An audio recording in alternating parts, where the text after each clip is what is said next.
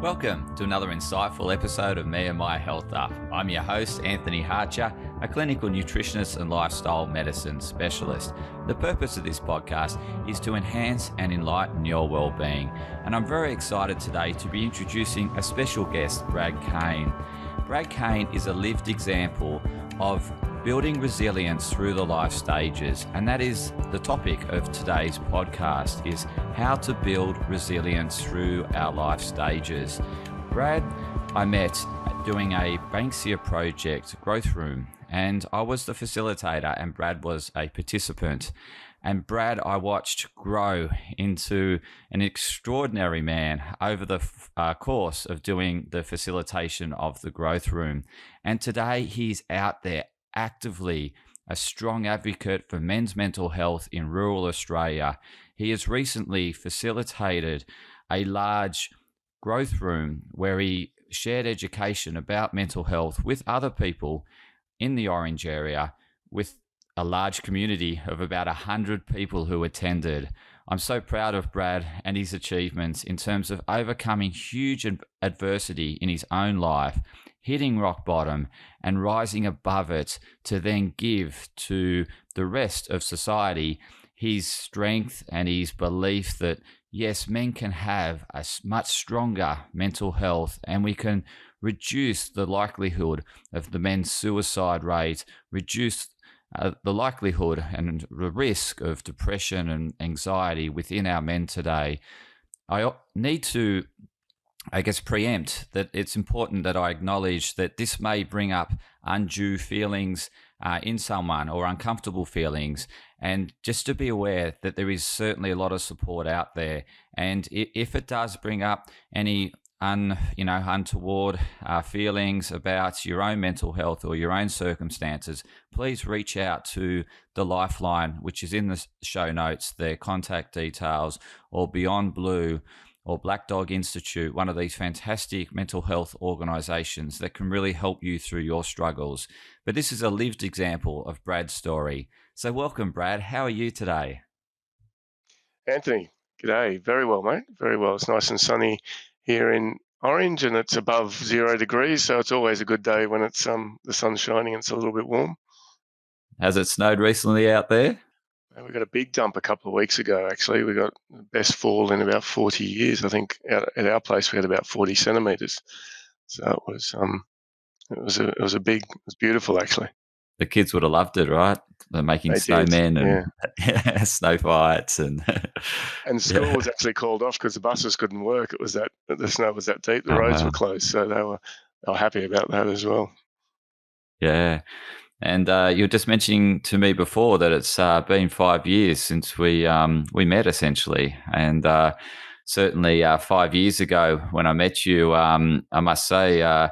It was, Brad Kane looked very different. And it was certainly, the demeanor you're showing now on the podcast is incredible. It's a man that's glowing, very confident and on top of life, essentially. But certainly it wasn't that way 5 years ago. Would you agree? Yeah, I would, Anthony. Stepping into that growth room, the first day of that growth room, and I tell anyone who's joins the men groups, any of the men's groups that we're involved with, was probably one of the most terrifying experiences of my life. And it was at a point in time in my life where I absolutely needed something. Things hadn't gone well for me. I'd sort of lost 2 businesses, or in the process of losing a second one, and work.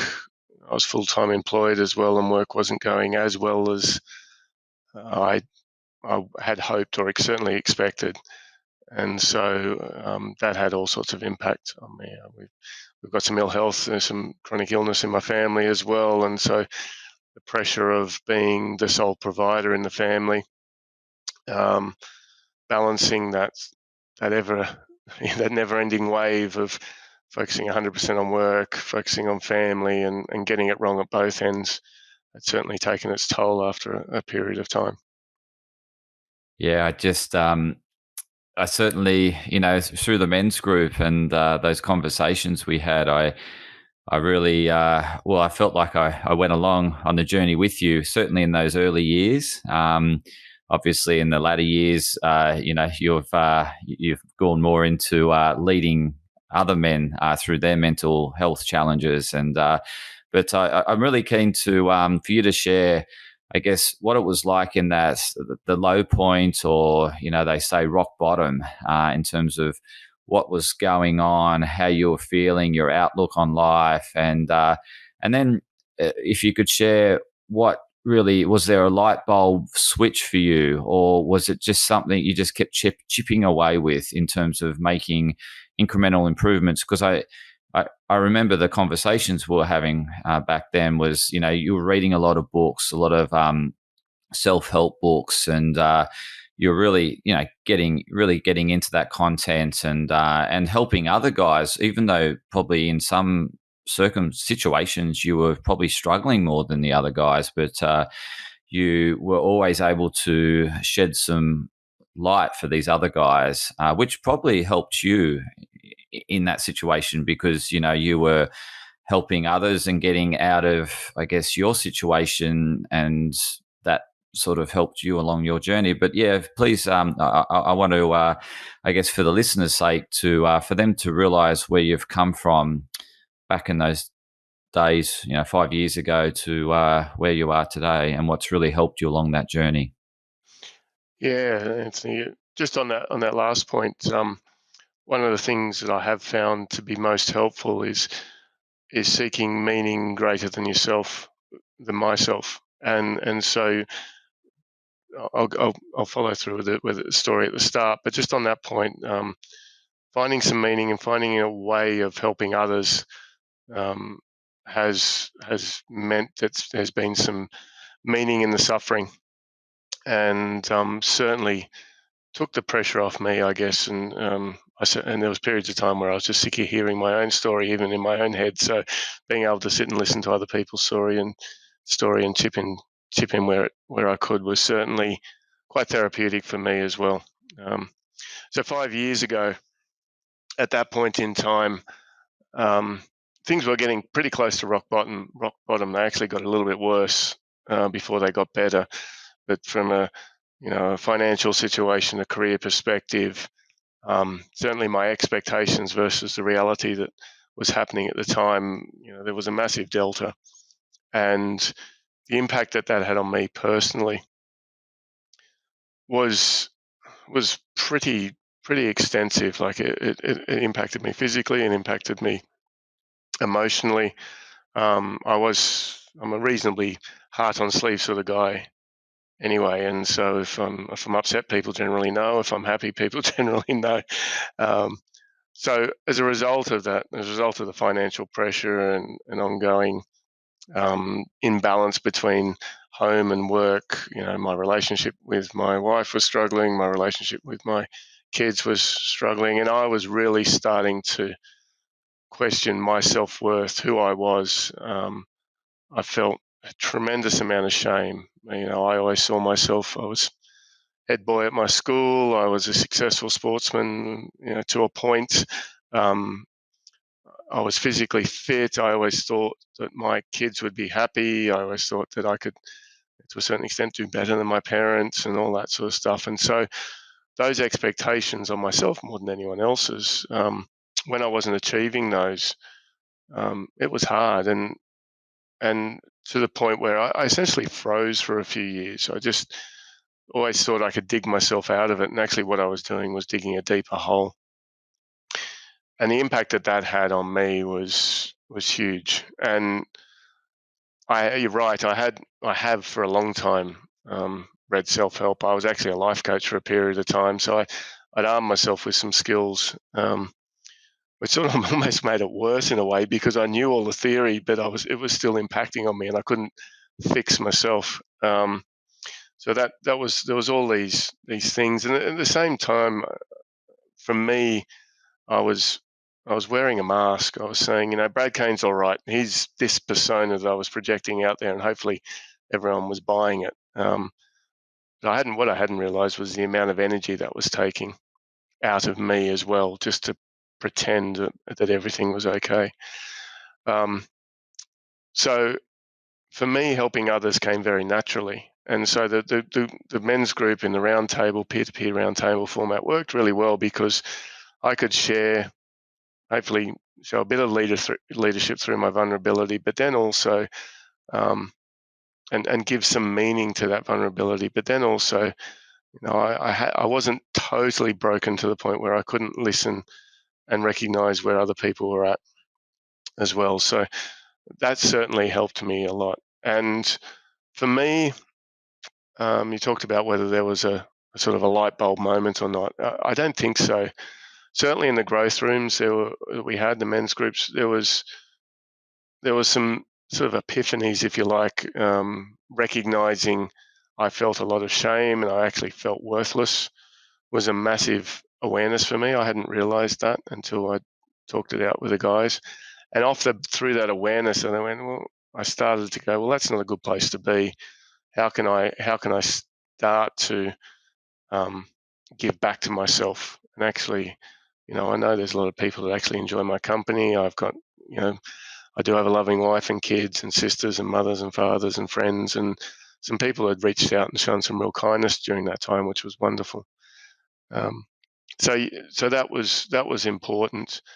I think the other thing was that I had identified that if I could take control of one thing in my life, no matter how small, and do that, almost on a daily basis, then that would help. For me, that was going to the gym.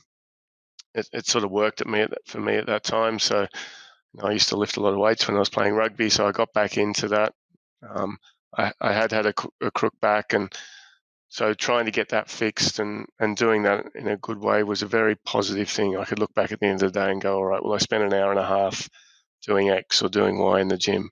And so that was one thing I could control. I made some massive decisions. Well, what happened during the talking it out and building up a little bit of resilience, I must admit, the sharing with guys and the commonality and the sacred space that we created during those early years, since 5 through to about 3 years ago, built up a level of resilience so that I felt like I could build up the courage to take some of the tough decisions I had to make. I sort of had painted myself into a corner, so I made those decisions, and I'm actually feeling it now. The relief that those decisions gave me was immense, which then transferred into a bit of energy to then go and take another step, and so for me, that initial hitting rock bottom, what did someone say? The best thing of hitting rock bottom is it's a fairly solid launch pad to go to launch yourself off. Was that I could feel myself incrementally improve, and it wasn't a straight line vertical journey. It certainly had its ups and downs, but it was an opportunity to find two things. One was recalibrate my expectations of myself, build some resilience, and in doing so, build some energy, and then take constructive steps that fed me. So getting out of the city was a big one, getting off the rat race, changing jobs eventually, which was a little bit, was sort of taken out of my hands, but it was something I took control of, finding more time for myself, giving myself permission to step off the career rat race and heal over a period of time, because there was, trauma is potentially overused, but I heard some comments the other day on a podcast about micro trauma and the build-up of micro trauma and what that can do. And that doesn't have to be a massive car accident or a death. It can just be, a loss of, something that leads to a bit of a loss of identity or a loss of job or a change in circumstances or a fight or whatever. And so I felt like I'd had a bit of a snowballing effect with these micro events that were fairly negative. And so in building up self-worth, building up a level of resistance, I was able to then find things. And it was wonderful having these focus on men's mental health, because I was able to transition in moving from Sydney to Orange from just being a member of the group to actually leading one. And that was amazing. For the first group 2.5 years ago to actually go live, and for me to have men come into the group, and one guy walked in and said, I've been looking for this for 2 years. And that was like, I can actually achieve something. I can put my mind to a plan and achieve something. So it was a massive. For me, it was a small. In the grand scheme of things, maybe a small thing, but for me, it felt like a really significant achievement. In that journey, there's a whole support base or cheerleaders around you that really, come in for a period of time. They might not be there for the whole 5 years. They might be just there for maybe you know, or someone to share, you know, some hardship with, or it may be someone that provides that gem of guidance or insight, like you mentioned that you weren't aware of the self worth issue, and you became more aware of that through talking about it.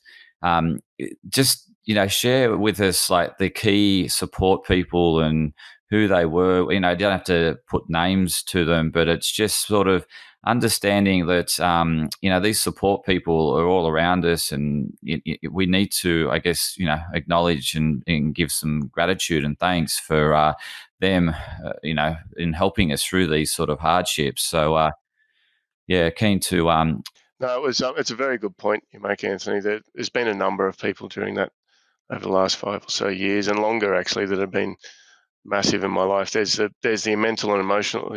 mental health and emotional support, but then there's also some practical support. And fortunately, I was able to reach out to a couple of people that gave some real practical support that took the pressure off for a little bit of time.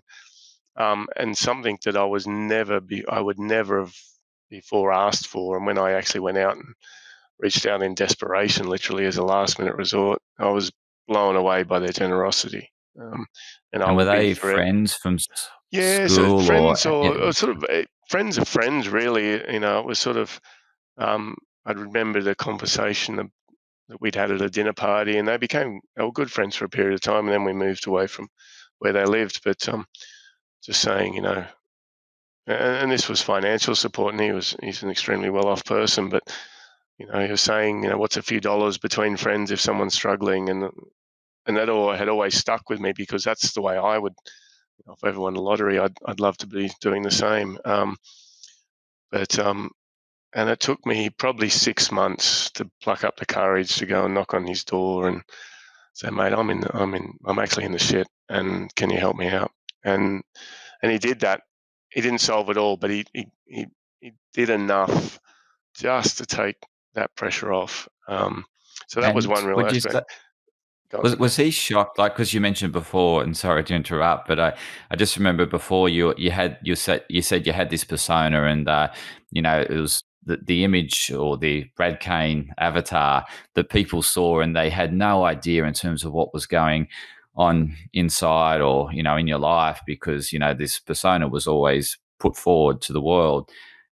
Did this particular guy have the Brad Kane avatar? And so was he really shocked when you knocked on his door, or could he actually see through the avatar?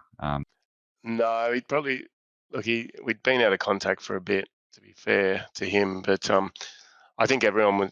I think everyone was shocked a bit. I think then people knew that I wasn't the highest earner in the world and all that sort of stuff, but I thought we were comfortable and you know, um, we had good solid. I had a good solid job and I had a business that at the time was at one point in time was going reasonably well. But he was shocked. Yeah, he was like, I had no idea, and here's how I can help if that's going to work for you. And just that was actually when you talk about before in hindsight. For me, that was one of the key moments of shifting direction. Was actually going, you know what, I can't solve this. I've tried to solve this myself. I've had to dig deep, and I've had to ask someone for help, and they've said, yes, here's how I can help. For me, that was a magical moment in terms of if you talk of Crossroads and that sort of thing, that helped me on a path. It was a first step in a longish journey, but it was certainly one of the first positive steps in getting myself sorted. And that would have resulted in further encouragement to then think, well, I hadn't seen him for 6 months. So I was feeling a bit, anxious about having to ask him.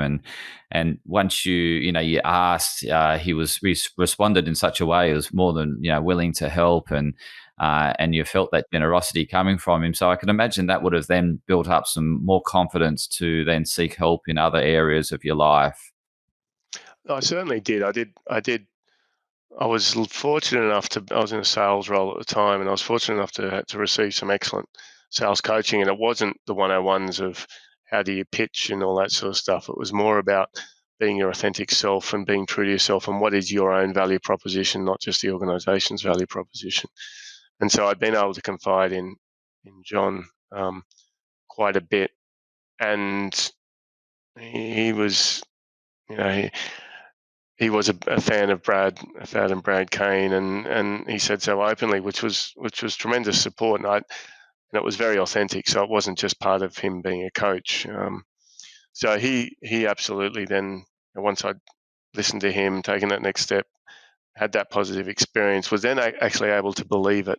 I think part of the challenge that I had to come through was actually when people said, you know what, Brad, we think you're all right and you're a decent bloke, actually believing that. Because as things had started to go wrong. I'd started to lose self-belief. As I talked about, self-worth, and there was a lot of shame. So, hearing compliments, I could hear them, but I couldn't feel them. And to a certain extent, I didn't believe them, which is mad. And it's doing those people a really big disservice. But it's something now that, having come out the other side of, I realise that it's so important when people take time out of their day to give you a compliment or say positive things about you, to actually take a moment and and recognise it for what it is. So yeah, so you're right. It was energizing, and it just helped move things along in the right direction. And is there any others? And it can be that that person, the barista that you buy your coffee from, that just cheers up your day when you're at rock bottom, but you think, oh, that smile or that the way they cared for or the service they provide. There's those little things that when you're in those hard times that can really you always look forward to that coffee moment because of that smile or that generosity. So did you have any of those sort of moments? Oh, look, In that period. there's been countless of those over my whole life. I think, Tony, here where I am now, it's amazing what comes back. What I've been finding is being part of, and being unashamedly part of, a big push around lifting the stigma around men's mental health, being able to advocate and have sort of vulnerable conversations. One of the great things about that is that I'm getting people coming up to me and saying lovely things, or I'm getting a smile, or there's people that will, initiate something that it means a lot to me, and so that I find that almost happens now on a daily basis, which is fantastic. I think when I was at my darkest ebb, I didn't recognize all of those signs necessarily. Um, I really looked forward to our chats, Anthony, and with you and Tony and the guys, and some of the lighter moments in the room, not only just the profound ones when we saw guys go through massive breakthroughs, or take accountability, or tackle a difficult decision, or whatever. I think they were brilliant moments, and certainly they helped fulfill things. But I think being out in nature for me, I try and climb Mount Canobolas here, which is not a serious climb. It's more a walk up a hill. But being up in nature, seeing the birds, coming out the other side of the drought and seeing water running in places I haven't seen it before. We've got a new Labrador that is just a joy to be around, and I never thought I'd say that because I've never been a big pet person. But yeah, there's just lots of little things in life that having now reflecting on it, I'm starting to, I have been noticing for a lot longer now. The incredible thing I find with certainly dogs, it's probably the same with other animals, I just haven't had much to do with them, is that really unconditional love. No matter what you do, whether you rouse on them, that they still love you unconditionally, and for who you are, and they really accept us for who we are, no matter how we look, or whether we've put on a couple of kilos, or we're feeling a bit down or whatever, they're always giving that unconditional love. And I think it's probably what you'll find that's so engaging with the Labrador is that that they're always there for you, aren't they? They are, and I think one of the things and the learnings for me was being willing to accept that. I think that, you know, being once again worthy of even a dog's love is probably something that I may have, in hindsight, may have struggled with for a period of time. And so, having said that, there is a certain, I'm now a Labrador fan, and there is a certain way that Labradors interact with people. It's just, we have a small poodle as well, and they're a different dynamic. Um, and I'm certainly a fan of the Labrador over the poodle. Uh, they're very cuddly and adorable, aren't they? They look like, I don't know. They just look like a teddy bear to me. Yeah, just a live teddy bear. You certainly with you could never not like a Labrador. I think the energy is, it's always that. So nature's been, a great contributor to your resilience. You mentioned exercise. You mentioned focusing on what you can control, reducing expectations. So not necessarily lose sight of the bigger picture, but probably just make that next goal a little bit close, like smaller steps, so to speak, as opposed to thinking you got to do, giant leaps within a short period of time. Yeah. I think that's a good. I wouldn't mind if you wouldn't mind talking about that one for a bit, because in today's society, when everything has culturally, and particularly going through the 90s and early 2000s with, you talk about the self-help and personal development tied up with, rags to riches and, rich dad, poor dad, and nothing wrong with Robert Kiyosaki, but that whole movement around anyone can get wealthy and anyone can achieve anything they want. It's very easy to feel like in complete and utter failure if you don't achieve that. And what it was for me, and that's certainly what happened. And and so it was a vicious cycle of not achieving, negative self-talk, going down the spiral, and even getting further away from any sort of level of success, because I was so attached to the outcome. I was so attached to the goals I'd set myself, which were, in hindsight, pretty unrealistic, actually. And and so I mentor people here now at work, and one of the things that I do work with them on, and of the work that I've done with myself, is very much around. It's not so much expectations. If you can remove expectations, but hold out intent for other people, or an intent for um, a project or initiative that you're working on, and say, this is the outcome I want, but I'm not emotionally attached to it. So if something out of my control comes and undermines it, or we fail because of X, Y, Z, I know we've tried hard. I know we've done that, but my whole identity and being is not tied up with the result of that. And and that's, for me, expectations is multi-layered. It's an expectation that I'll succeed in whatever shape or form that is, whether it's a relationship, at work, a bank balance, a car, a house, whatever. Um, and then if I don't achieve that, then my self-worth is tied up in that, and my identity is tied up with that. And so people will like me less if I don't achieve that, and I'll like myself less as well. And then it becomes a spiral. Whereas, for me now, I try not to have any expectations at all, and that's very hard, and I'm certainly nowhere near that.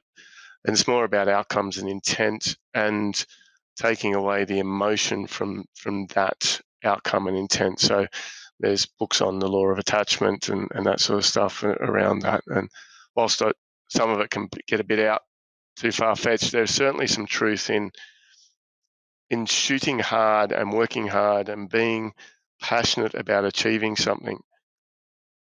But then there's the nuance around how, if I don't achieve that, that won't take a chink out of my personal identity, or it won't knock my self belief, or I'm not going to feel shame about that. Um, I'm going to be proud about what we actually achieved.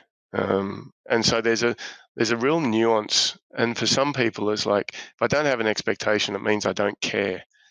And I was certainly in that boat. And I think that's a trap it's easy to fall into, because if you care too much, you're too emotionally attached. and inevitably when things don't happen, then that can have a massive emotional impact on what it did on me, and can have it on others. I've seen it. Yeah, I think you've hit a real key point there around that self identity. And, particularly in today's world, like you have athletes at an early age that identify themselves as a want to be Olympian, and they're striving, for that. And it's an all or nothing scenario from an early age.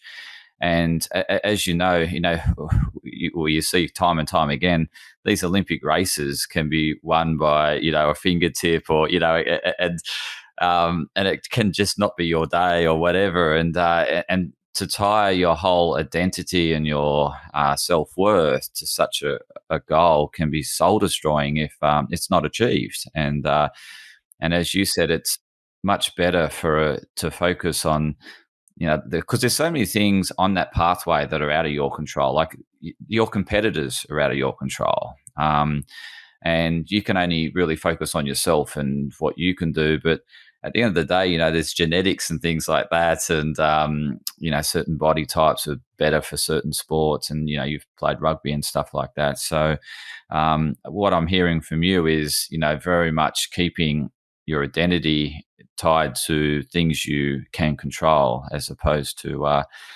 putting it out there that I'm going to make $1 million in such and such a time frame. Well, there's so many variables Absolutely. in a month. Yeah. Yeah, yeah, Yeah, and on that, it can be anyone. It doesn't even have to be an Olympic athlete. It can be someone who's working and gets made redundant, and their whole identity, they've been working for 20 years in the same job, and they all of a sudden get made redundant. Or it could be someone who sees themselves as a social runner and runs 20 Ks a day or a week or whatever, and then has a catastrophic injury and they can no longer do that. There's all sorts of incremental things where our identity is tied up with probably the things we do more so than the who we are, um, which is challenging. It's good to be proud of what we do and what we're good at. I think those expectations, though, can, when they don't go well, can be damaging. yeah, absolutely. What else has really, been key and fundamental to your resilience? Yeah, I think serving others for me, or finding something to be that's a bigger than yourself, be a part of something that's bigger than yourself. And I used to hear that and go, oh yeah, okay. I'm not so sure exactly what that means, but particularly in the last 2.5, 3 years, I've really come to understand at least my version of what that looks like. And so, being, I guess, a leader or a facilitator with a men's mental health group, we've just managed to, which is it's an enormous and humbling moment, hold an education or an event here locally at the local rugby club in Orange, where we've had over 100 people attend. We've had 13. We've had massive community support. Over 13 service providers come. We had the mayor of Orange come. We had the local member for parliament come, and a mixed range of ages, all to hear men share their story and talk about, similar sort of stuff that we're talking about today. The layers of sharing, the conversations that men don't have around how are they really feeling. No, how are they really, really, truly feeling? Not the facade, not the mask we put on, but and I was blown away. I was humbled, and it's it's been difficult, and I even find it difficult now. But I started that. I led the charge for that, and I had so much support and so many passionate people around me that it would never have happened without them.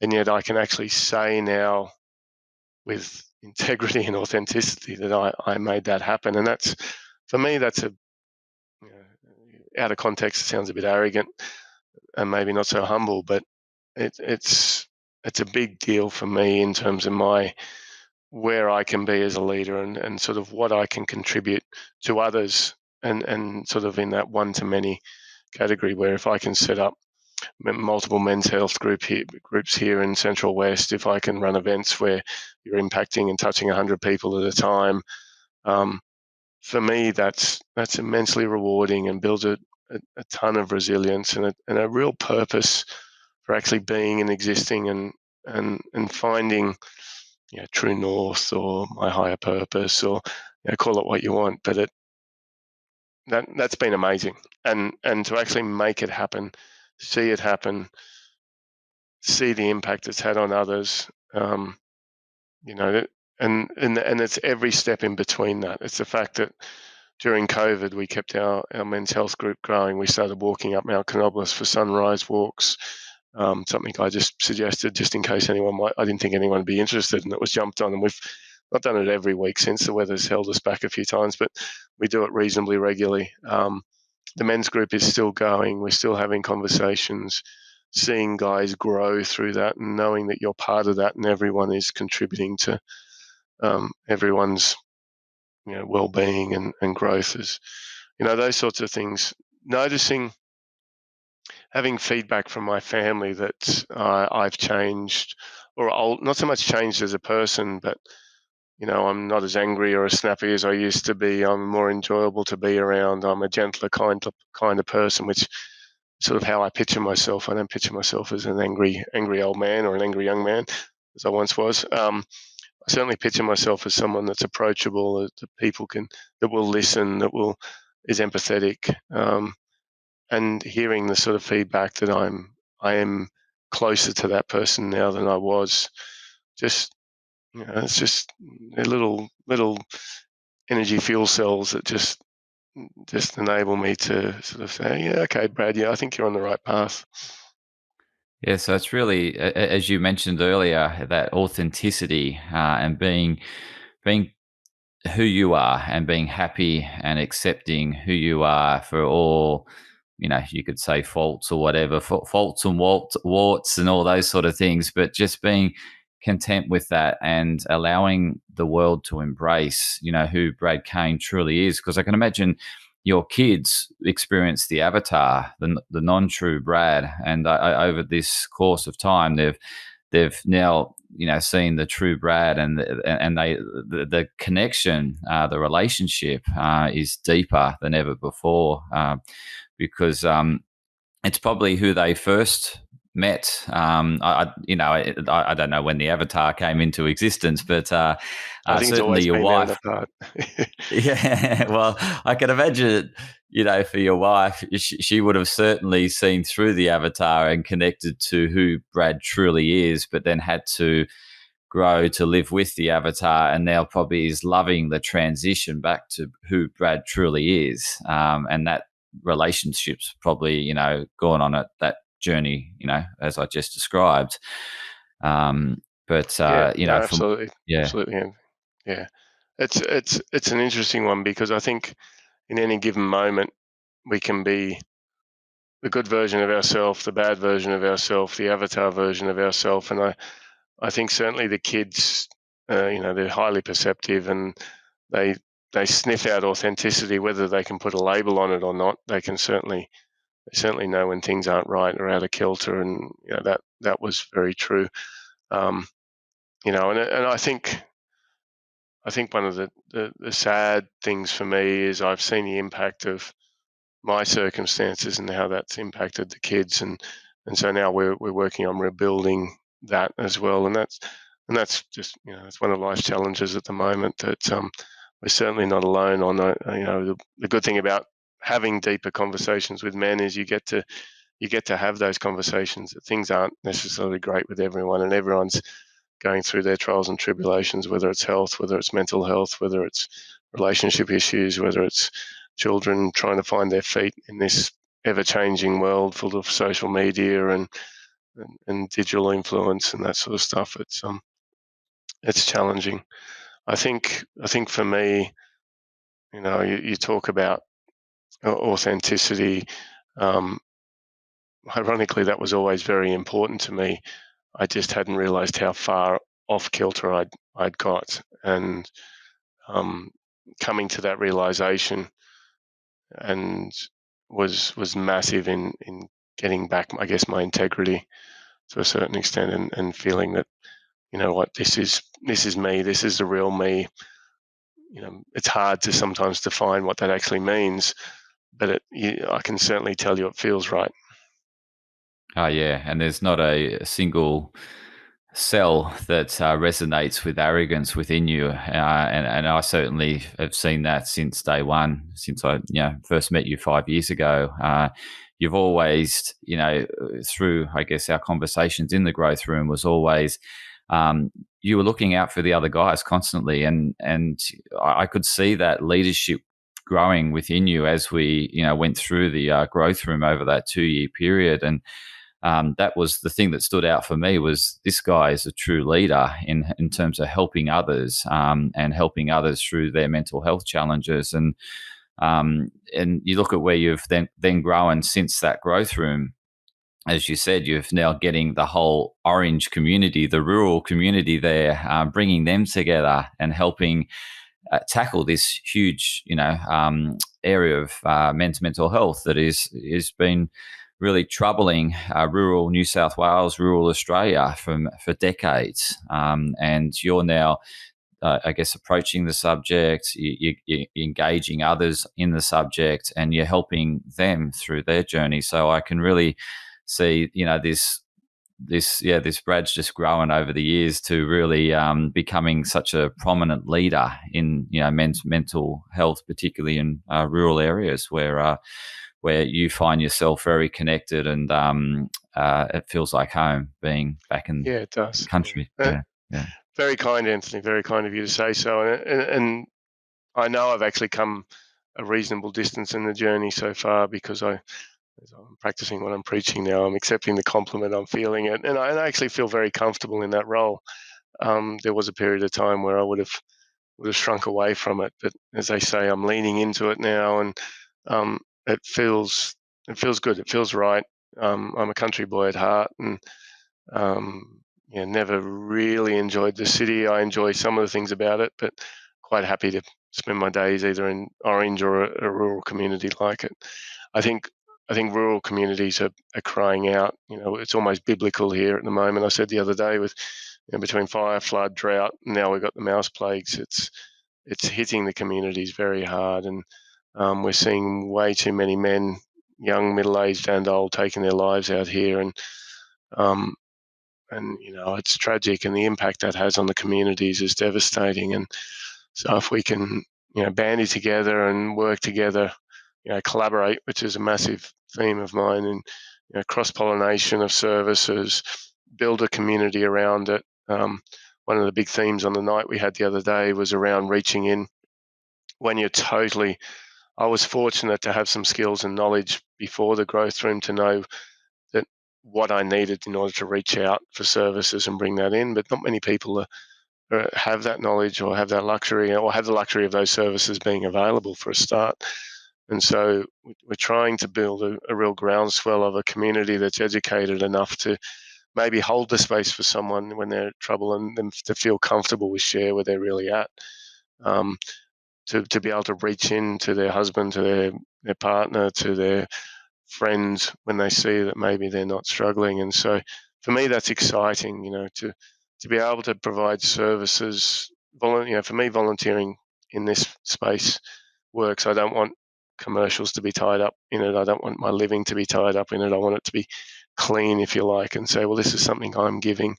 It just feels a lot truer, a lot more authentic. And so if we can generate enough interest, enough education, so that people are comfortable to say, are you okay? I've noticed this, and this, and it's not unreasonable when people are doing this for them to be struggling a bit, and then to be able to hold the space for someone and have a proper conversation, or at least listen to someone, no matter how uncomfortable that is. I think that's an amazing gift that we can give to our community, and we can give to each other. So that's, for me, that's where I'm at the moment, Anthony, and something I'm exceptionally passionate about. And also in work, things are going well, and I'm really enjoying work at the moment. It's a bit more low key than what I used to do, but it's exciting, and I can use these skills to generate passion and interest with my team as well. So, it's things are things are good. I'm very happy and content with life, and but I'm not stopping. Whilst I don't have massive expectations, I still have outcomes and things that I want to do and achieve, and it's okay if it doesn't happen to the full extent of what those outcomes are. I'm still checking in with myself to see if that's real, but I'm as close to feeling it as I ever have. I can visually see it, and I can hear it, and it's I would say a totally new Brad Kane.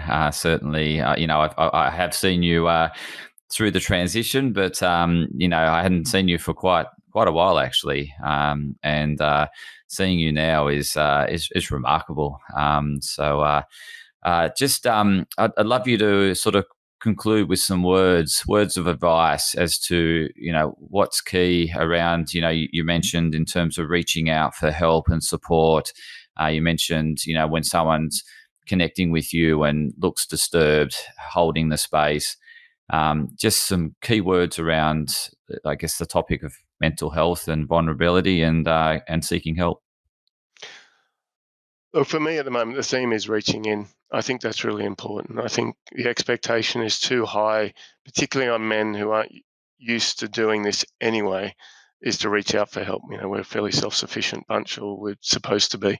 So for me, it's around, if you notice someone that is doing something different, they might be snappier than normal, they might be drinking a bit more than normal, they might be a little bit unkept.